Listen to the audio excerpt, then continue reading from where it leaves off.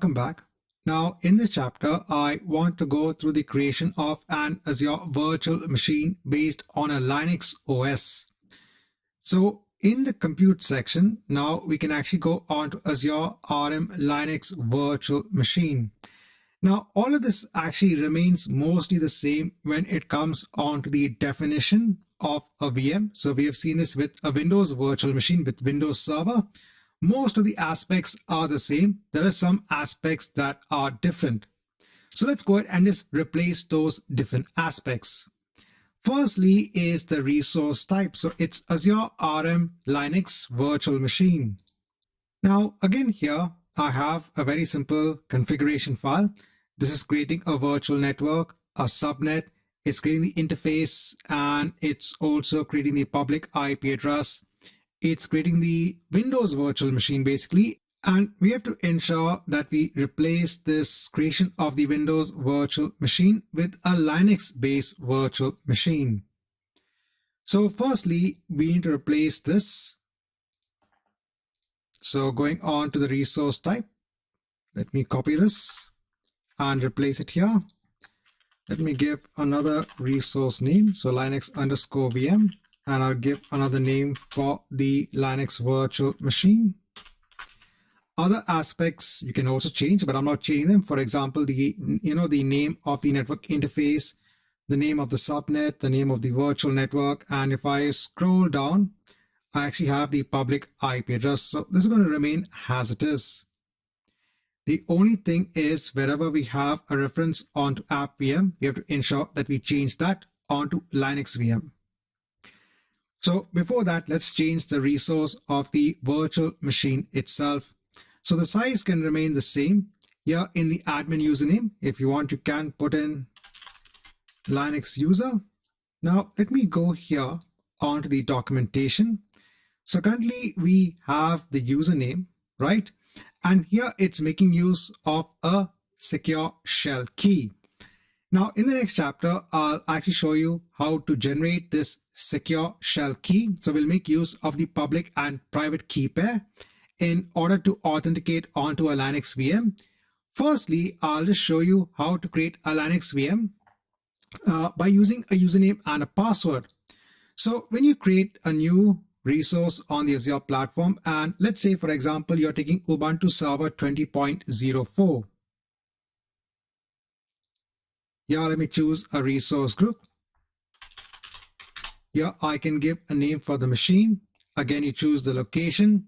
It's Ubuntu Server. You choose a size. Now, when it comes on to the authentication type, you have two options. One is the use of a public key. So you need to have the private key pair in place. So you need to then generate the private key to ensure that you can authenticate onto the Linux VM.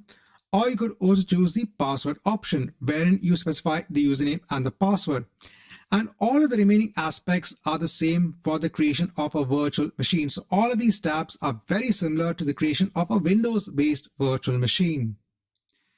So going back on to our configuration file. So here we want to ensure that we make use of a password, but I want to confirm that it's the use of an admin password argument wherein we can actually pass a password. Because in the example, I can't see the use of a password because over here it's making use of a secure shell key. So I'm going to scroll down. I'm going to look at the arguments. I want to ensure that we do have an argument when it comes onto the admin password. So here I can see that admin password is in fact an argument. Now here, when we want to specify an admin password, we have to also specify another argument, and that is called disable password authentication. This must be set to false, because by default, this is actually marked as true. So if I try to find for that particular attribute or that particular argument, disable password authentication, you can see that it defaults onto true. So if you're specifying an admin password, this should be false. So going back here, we have to ensure to add now another argument, and that is to disable password authentication. This should be marked as false. Now let's scroll down. So this all remains the same. we have to change our publisher, our offer, the SKU, and the version. So let me scroll on top and take the example that we have here. So I'll copy all of this, just place it here. What I can do is I can just change the version to, let's say, 18.04, just saving everything. Everything seems to be okay. I'll just put a depends on clause for the resource group for my public IP address. So this seems fine. This is dependent upon the network interface. And the network interface over here is dependent on the public IP and the network. So everything seems to be fine. Just save all of this. Let's go on to the terminal. Let's create a plan. Once this is done, let's apply the plan. So let's wait for this to complete. Now, once this is complete, if I go on to Azure, if I go on to all resources,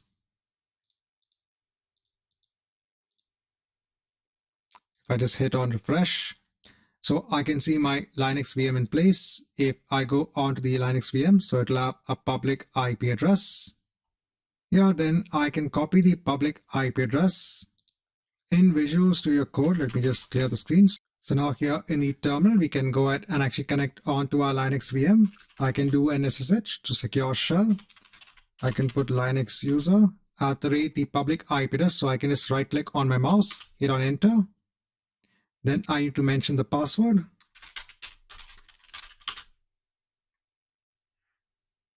And then we are connected. Now, in case if you are connecting, you might also be asked to continue the connection. There you can just enter yes, and then you can enter the password. But now we are connected onto our Linux Azure virtual machine.